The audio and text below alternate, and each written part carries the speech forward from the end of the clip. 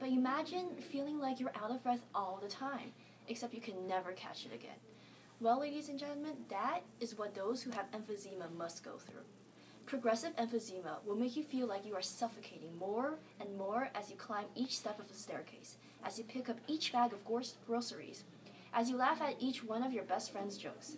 Now, every one of you are probably thinking, ugh, who wants to feel like they're choking every time they do a type of slightly rigorous physical activity? Who would want to have emphysema? Well, it definitely does not happen overnight.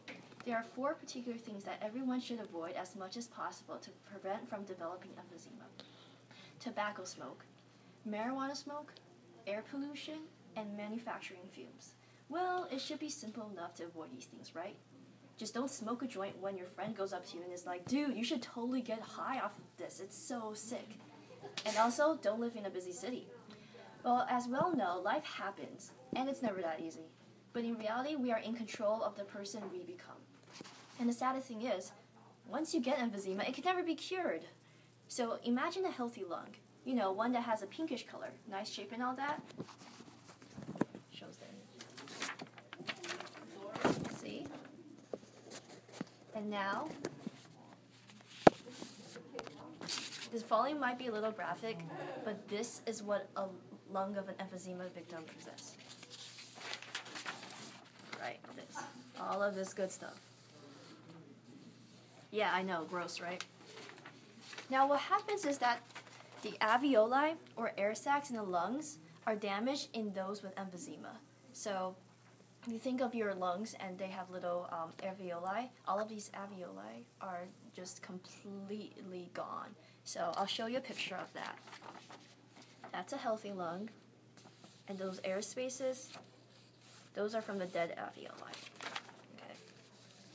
So because the alveoli are the point of oxygenation, are at the point of oxygenating blood, the lung can't fully deliver oxygenated blood to the heart. And we all know what happens when humans can't get their oxygen. So let's say if Chris gets emphysema, is this the end for him? Well, luckily there are several treatments that can help those with emphysema. However, we have to keep in mind that they still cannot cure the disease. So bronchodilators, number 1. These drugs can help relieve coughing, shortness of breath, and breathing problems by relaxing constricted airways. But they're not as effective in treating emphysema as they are treating in asthma or chronic bronchitis. And there's also inhaled steroids, which are corticosteroid drugs inhaled as aerosol sprays that may help relieve the shortness of breath. But the prolonged use may weaken your bones and increase your risk of high blood pressure, cataracts, and diabetes. Antibiotics. If you develop a bacterial infection like acute bronchitis or pneumonia, antibiotics are appropriate. And now for therapy. Pulmonary rehabilitation is a program that can teach you breathing exercises and techniques that may help you reduce your breathlessness and improve your ability to exercise. Nutrition therapy, you'll also receive advice about proper nutrition. Proper nutrition is really important because in the early stages of emphysema, many people need to lose weight, while some people who have late-stage emphysema often need to gain weight.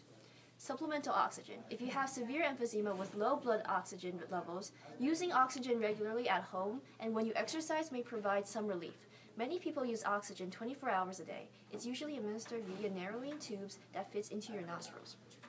And if all else fails, the last and final option is that you can use long volume reduction surgery.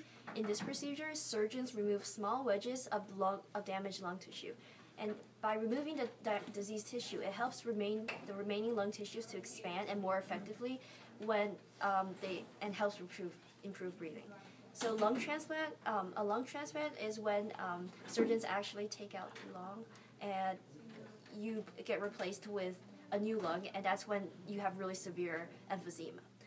And so even though emphysema is not a curable condition, medicine can always serve as a savior. But nevertheless, emphysema is still a huge cause of death amongst people of all ages.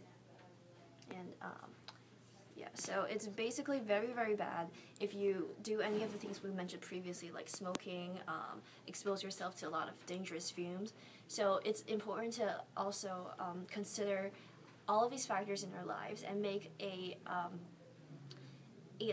initiative to actually change ourselves. So yeah.